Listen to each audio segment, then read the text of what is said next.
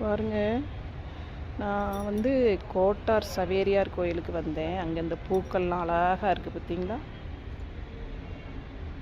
சூப்பராக பூக்கள் வந்து கிடக்கு. கோட்டார் சவேரியார் கோயிலுக்கு இன்னைக்கு கோயில் சந்திக்க வந்தேன்.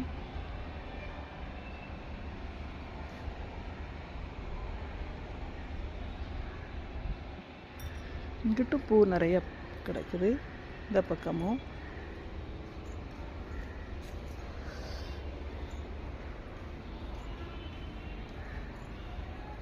பார்த்தீங்களா, பூ அழகாக இருக்கு பாருங்க.